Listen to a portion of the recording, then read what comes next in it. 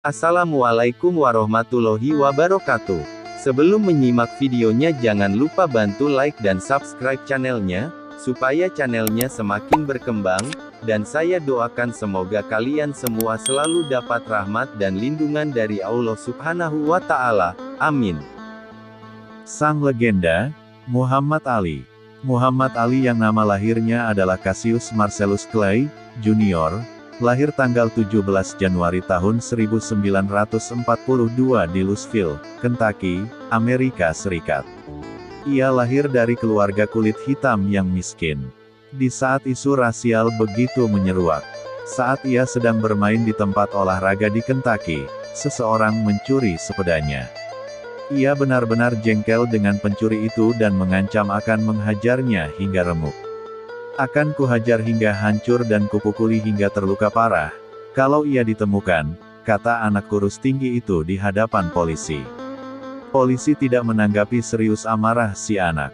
Mereka malah mengatakan, kalau mau menghajar orang sampai babak belur, ya belajar tinju dulu. Kejadian inilah yang mengubah kehidupannya. Ali mulai latihan tinju pada tahun 1954, saat itu ia baru berusia 12 tahun. Menjadi petinju profesional, Muhammad Ali memulai debut profesionalnya di dunia tinju pada tahun 1960.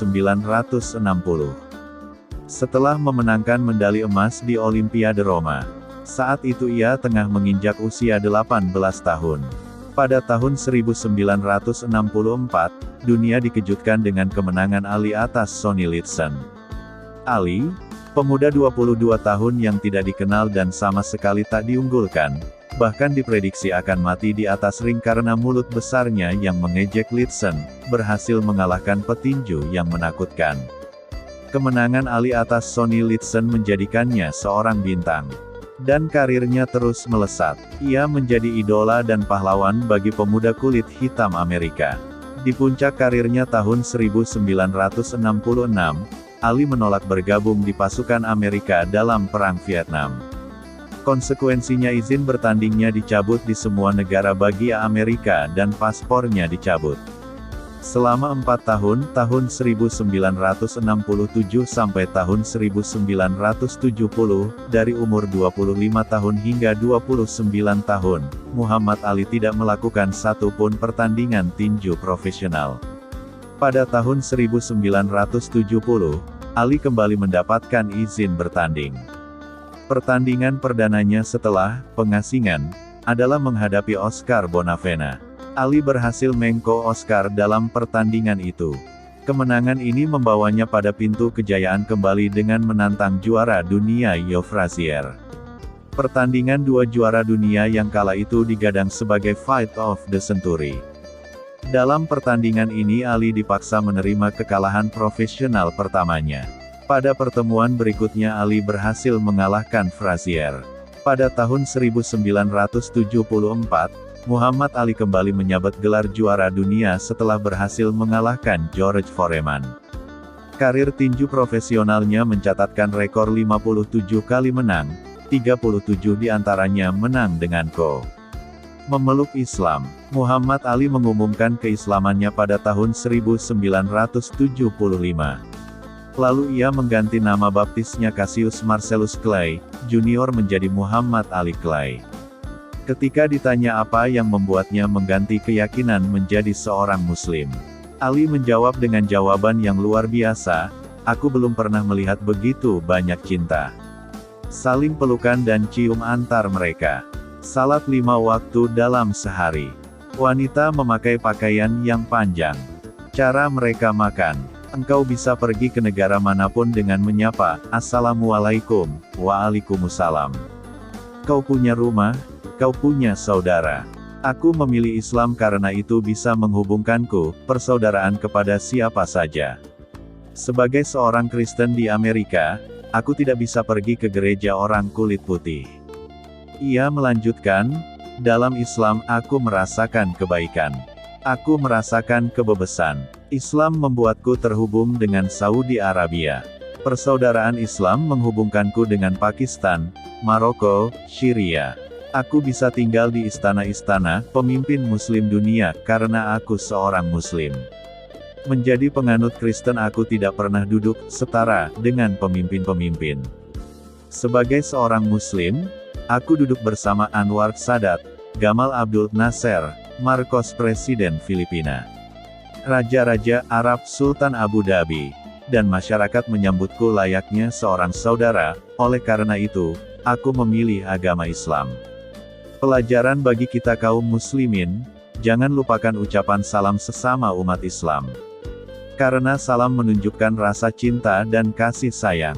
Sebagaimana sabda Nabi, tidak akan masuk surga sampai kalian beriman, dan kalian tidak beriman sampai kalian saling mencintai. Maukah kalian aku tunjukkan sesuatu yang jika kalian kerjakan maka kalian akan saling mencintai?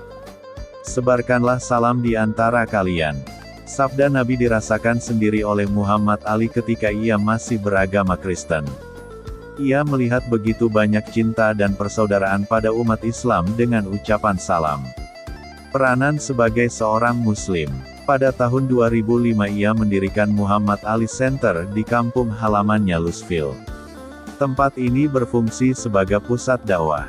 Mungkin untuk memancing daya tarik orang-orang berkunjung kemudian mempelajari Islam, Muhammad Ali menaruh sebagian benda-benda koleksinya di sini.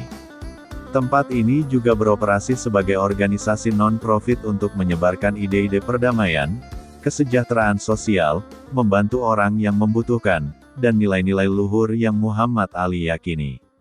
Upacara pembukaan tempat ini dihadiri oleh sejumlah besar penggemar Muhammad Ali yang datang dari berbagai belahan dunia, termasuk mantan Presiden AS Bill Clinton. Muhammad Ali mengatakan, "Saya ingin tempat ini mendorong seseorang untuk memberikan yang terbaik dalam bidang pilihan mereka." Sejak aktif di dunia sosial, Muhammad Ali telah mengunjungi banyak negara untuk membantu program kesehatan anak dan orang-orang miskin. Di antara negara yang telah ia kunjungi adalah Maroko, Pantai Gading, Indonesia, Meksiko, dan ia juga memperhatikan masyarakat bawah di Amerika Serikat, terutama kalangan Afrika Amerika yang sering mengalami diskriminasi. Ucapan-ucapan Ali, "Mengapa mereka harus memintaku untuk mengenakan seragam dan pergi 10.000 mil dari rumah untuk menjatuhkan bom dan peluru pada orang-orang coklat di Vietnam sementara yang disebut orang negro di Louisville diperlakukan seperti anjing dan menolak hak asasi manusia sederhana." Ali, Februari tahun 1966. Orang-orang mengatakan aku berbicara begitu lambat sekarang. Tidak mengherankan. Aku menghitung sudah melakukan 29.000 pukulan. Tapi aku mendapatkan $57 juta dan disimpan setengah dari itu. Jadi aku melakukan beberapa pukulan keras.